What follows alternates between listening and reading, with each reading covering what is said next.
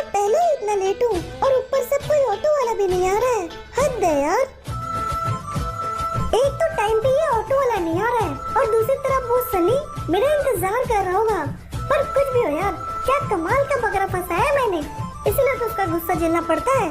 बहुत पैसे है ना उसके पास, एक बार मेरी लाइफ सेट हो जाए फिर उसको भी लात मार दूंगी। अरे ऑटो, अरे अरे रुको रुको भैया रुको, इतनी क्या जल्दबाजी है, पैसेंजर नहीं लोगे क्या? अरे नहीं दीदी जी, वो हमारा ध्यान रास्ते पे था ना इसलिए देख नहीं पाए। अच्छा, अगर दिखाई नहीं देता तो गाड़ी क्यों चला रहा है? एक तो 2 पौड़ी का ऑटो वाला और ऊपर से तुझे इतनी खूबसूरत लड़की भी दिखाई नहीं दे रही है। माफ कर दीजिए दीदी जी, आइंदा से ध्यान रखेंगे। कहिए कहाँ छोड़ दे आपको? क्लॉक टावर जाना है, पर ध्यान रहे सिर्फ 10 रुपए दूंगी, उससे ज्यादा का सोचना भी नहीं। ठीक है बैठिए। पर दीदी जी क्लॉक टावर के 15 रुपए होते हैं दीदी जी। एक बार बोल दी ना 10 मतलब 10। अब चुपचाप चलो क्लॉक टावर, 5 रुपए के लिए मरे जा रहे हो। माफ कर दीजिए। बेशक लगता होगा कि वो लूटते हैं तुम्हें, पर पैसों की जरूरत तो है ना उन्हें। धूप में तपते हैं, दिन भर मेहनत मजदूरी करते हैं ताकि कल को पढ़ लिख के उनका बच्चा ये काम न चुने। लीजिए दीदी जी, हम क्लॉक टावर पहुंच गए। हाँ तो रुक ना, बता क्या रहा है? अजीब देहाती आदमी है। अरे बेबी आप, सॉरी बेबी, थोड़ी देरी हो गई ना आने में। अरे कोई प्रॉब्लम नहीं बेबी, इतना तो चलता है। वैसे भी आज सब काम से छुट्टी ले रखा है मैंने तुम्हारे लिए। अरे वाह बेबी, आप कितने अच्छे हैं, कितना ध्यान रखते हैं मेरा। आज तो फुल शॉपिंग करवाओगे ना बेबी? अरे ये भी कोई पूछने की बात है, जरूर करवाऊंगा बेबी। पर ये रिक्शा वाला अभी तक रुका क्यों है? अरे हाँ, क्यों, क्या हो गया रिक्शा वाले? तू अभी तक गया क्यों नहीं? ओ दीदी जी, हमारे पैसे किस बात के पैसे? वो तो मैंने तुझे दे दिए थे ना। नहीं दीदी जी, आपने पैसे नहीं दिए। आपने कहा था कि पहुँच के पैसे देंगे दीदी जी। अच्छा, पहले तो लगा था कि तू सिर्फ भिखारी है, पर अब पता चला तू तो लालची भी है, झूठा भी है। तुझ पे तरस खा के, एहसान करके तेरी गाड़ी में बैठी थी मैं, और अब तुम मुझसे झूठ बोल रहे हैं। नहीं दीदी जी, ऐसा आरोप मत लगाइए, हम झूठ नहीं बोल रहे। घर पे हमारी माँ की तबीयत बहुत खराब है। कोई बात नहीं, अगर आपको पैसे नहीं देने, कोई बात नहीं दीदी जी। हाँ निकल जाए यहाँ से, भिखारी कहीं का। क्या बात है बेबी, तुमने तो उसकी अच्छी क्लास ली। हाँ बेबी, और मैंने उसे सच में पैसे नहीं दिए थे। इसके जैसे 2 कौड़ी के लोग को मैं पैसे नहीं देती। वैसे बेबी, मुझे भी मॉल वाला 10,000 वाला कपड़ा दिला दो ना बेबी। किसी गरीब को उसके हिस्से का 10 रुपए देना भी महंगा लगता है। बड़े बड़े दुकानों में हजारों का सामान भी सस्ता लगता है। कभी तो उन गरीबों के बारे में सोचो जिनका घर आपके 10 रुपए से चलता है। आज तो बस 30 रुपए मिले हैं, इतने में माँ की दवाई और कुछ खाना मिल पाया। अब क्या करूँ? एक काम करता हूँ, मैं आज खाना ही नहीं खाऊंगा, इससे माँ भर पेट खाना खा पाएगी। हाँ, अगर एक दिन खाना नहीं खाऊंगा तो मर थोड़ी जाऊंगा। माँ की तबीयत ज्यादा जरूरी है। माँ लगता है सो रही है। एक काम करता हूँ, चुपके से काम कर देता हूँ और ओवर टाइम काम पर चले जाता हूँ। माँ का इलाज भी तो करवाना है ना। पहले खाना बना देता हूँ, उसके बाद माँ को उठाऊंगा। बाप रे, ये क्या हुआ? संभल के राजू बेटा, आप जाग रही हो माँ? हाँ बेटा, तू खाना खाया? खाना? हाँ माँ, खा लिया हूँ। आज मैं सेठ जी के घर पार्टी था, भरपेट खाना खाया हूँ माँ। बस आपके लिए लाना भूल गया, पर आप फिक्र मत करो, मैं जल्दी बना दूंगा। किससे झूठ बोल रहा है बेटा? मैं माँ हूँ तेरी, जानते हो।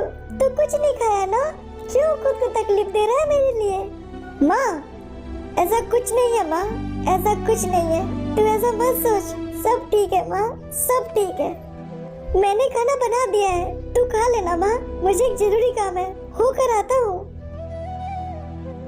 आज ओवर टाइम पर चलता हूँ, कुछ पैसे मिलेंगे तो खाने का बंदोबस्त होगा। अरे ये क्या, गाड़ी चालू क्यों नहीं हो रही है? लगता है कुछ खराबी है, अभी देखता हूँ। अरे ये क्या, इसके तो चौक में प्रॉब्लम है। अगर ऐसी गाड़ी मालिक को वापस करूँगा तो वो गुस्सा करेंगे। पहले गाड़ी को बनवाना होगा मुझे, पर मेरे पास पैसे नहीं है।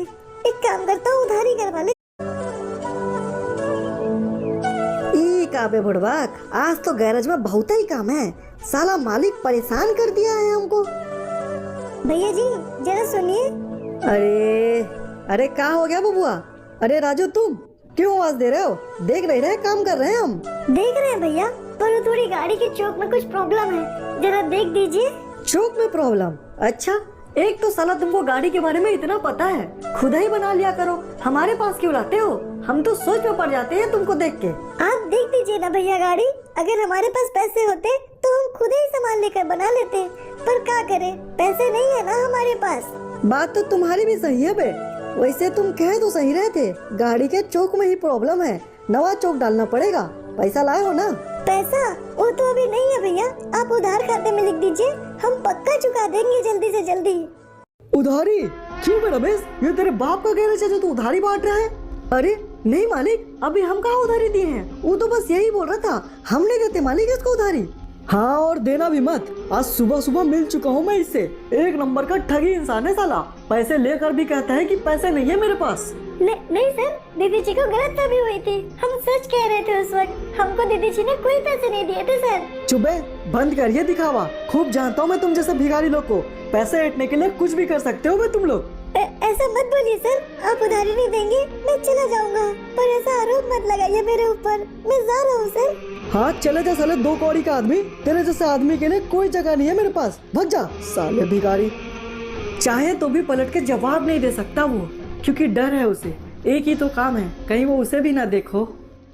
अरे नहीं, बड़े मुश्किल से मालिक ने दूसरी गाड़ी दी थी और अब ये भी खराब हो गया है, अब करूँ तो करूँ क्या मैं, बनवाने के लिए पैसे नहीं है, कोई उधार भी नहीं देता, पर गाड़ी बनवाना भी तो जरूरी है। एक काम करता हूँ, अमन भैया की दुकान से उधार ले लेता हूँ, शाम को पैसे आ जाएंगे तो चुका दूंगा। अरे आओ भाई आओ, सामान पाओ, मेरे दुकान में आओ, अच्छे कीमत में सामान अपने घर पर लेकर जाओ। अरे आओ भाई आओ। अमन भैया, हमें कुछ सामानों की जरूरत है, क्या आप उधार दे देंगे? हम शाम को आपका पैसा ला देंगे। उधार? यार देखो वो तो हम नहीं देते हैं, लेकिन तुम भरोसे वाले आदमी हो इसलिए तुम्हें दे देंगे। बताओ क्या क्या सामान चाहिए तुम्हें? भैया वो गाड़ी में स्टार्टिंग प्रॉब्लम है, एक नई बैटरी दे दीजिए, हम शाम को पैसे पक्का लौटा देंगे। हाँ हाँ हमें यकीन है भाई, तुम जरूर लौटा दोगे, मैं देता हूँ सामान। अरे राजू, अरे क्या कर रहे हो मन भैया, इसको सामान मत दो वरना मालिक काम से निकाल देंगे, मालिक का इसके साथ 36 का आंकड़ा है। पर भैया। अरे ऐसी बात है क्या? माफ कर दो राजू, सामान नहीं दे पाएंगे भाई। अच्छा ठीक है भैया, कोई बात नहीं। बुरा तो लगा होगा बबुआ, मालिक से पंगा लिया है लड़के ने। अच्छा और नहीं तो क्या भैया।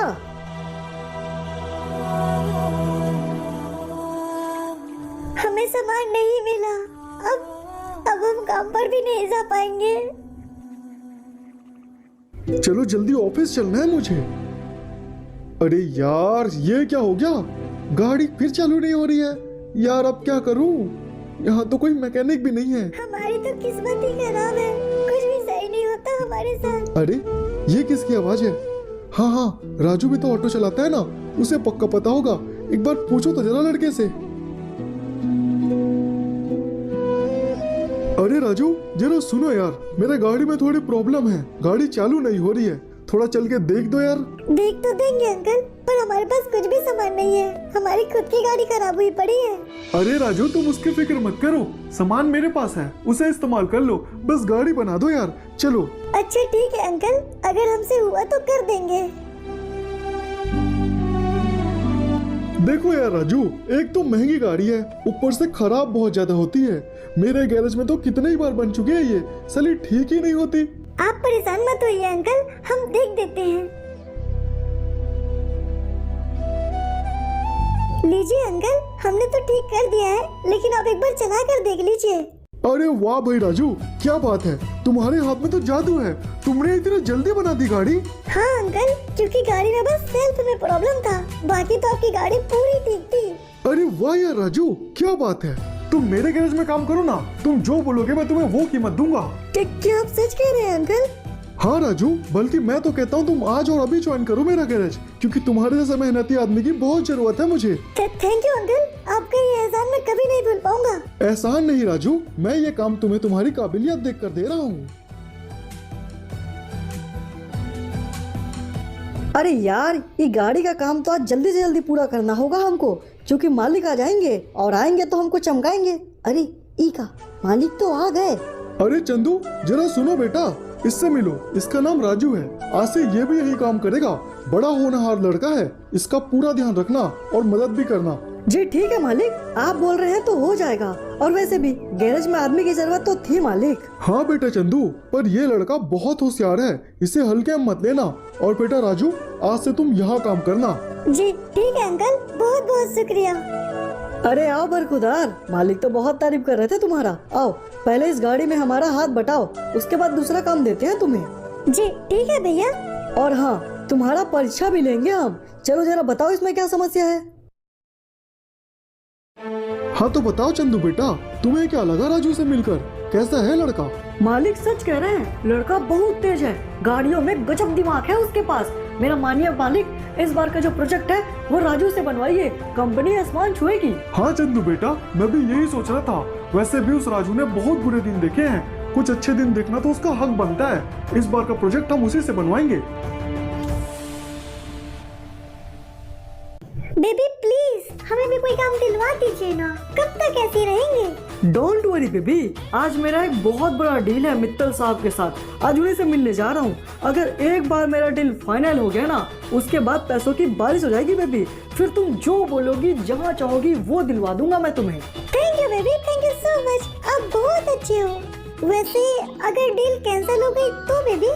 तो बेबी ऐसा सोचो भी मत, सोच के ही डर गया मैं तो, क्योंकि मैंने इस डील के लिए अपना सब कुछ लगा दिया बेबी। अगर ये डील नहीं हुआ ना तो मैं रोड में आ जाऊंगा। अरे डोंट वरी बेबी, हो ही जाएगा। हाँ तो चलो बेबी, डील पूरा करके आते हैं। आ जाओ, तुम भी चलो मेरे साथ, तुम मेरा गुड लक हो। Oh thank you so much baby. Oh wow, क्या बात है बेबी, हम ये सामने वाले बंगले में जा रहे हैं? हाँ बेबी, यही तो है मित्तल साहब का बंगला। अरे ये क्या, ये तो वो रिक्शा वाला है ना बेबी?